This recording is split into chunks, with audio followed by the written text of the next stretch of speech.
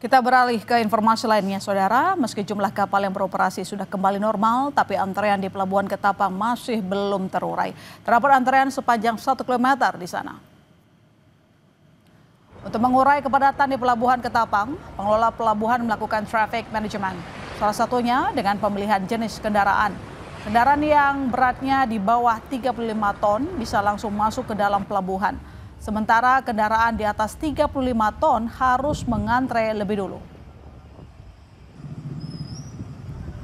Untuk saat ini jumlah kapal yang beroperasi sudah kembali normal, ada 28 kapal yang beroperasi, di mana dari 28 kapal yang beroperasi itu 20 kapal beroperasi di dermaga MB dan kemudian yang 8 kapal di dermaga LCM.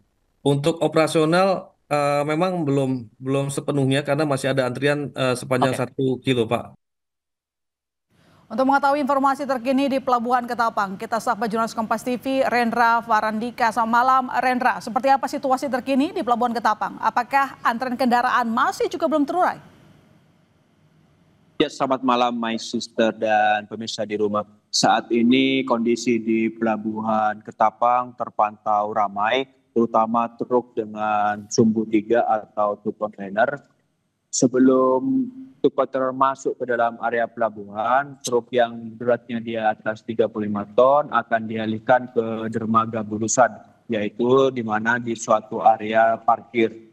Dan pemirsa, untuk memasuki area dermaga Bulusan, maka truk kontainer itu mengular sehingga terjadi kemacetan hingga 1 kilometer. Itu terjadi karena dermaga Bulusan saat ini masih penuh. Dan untuk saat ini sudah ada 28 kapal yang dimana 20 kapal ini untuk pengendara pribadi seperti kendaraan bus, sepeda motor, dan penumpang.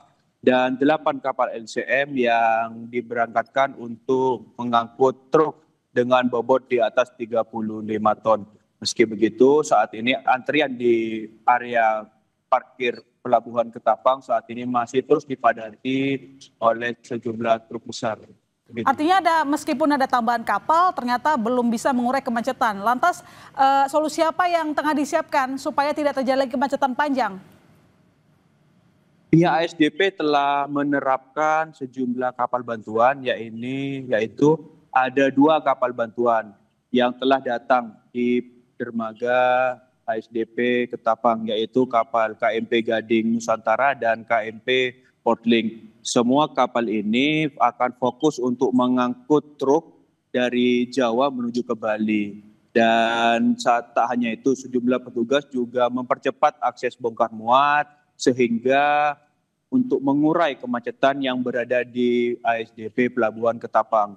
Meski begitu, hingga saat ini truk antrian sudah cukup membaik dan perlu diketahui sejumlah truk yang melakukan penyeberangan malam ini, mereka sudah melakukan antri kurang lebih 12 jam. Artinya mereka sudah menunggu sejak pagi.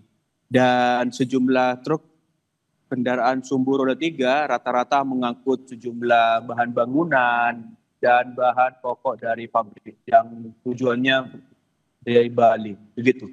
Lantas Gubernur Khofifah kan mendorong pengaktifan pelabuhan jangkar di situ Bondo sebagai pelabuhan alternatif gitu ya Rendra untuk urai kepadatan. Apakah sudah terrealisasi atau bagaimana?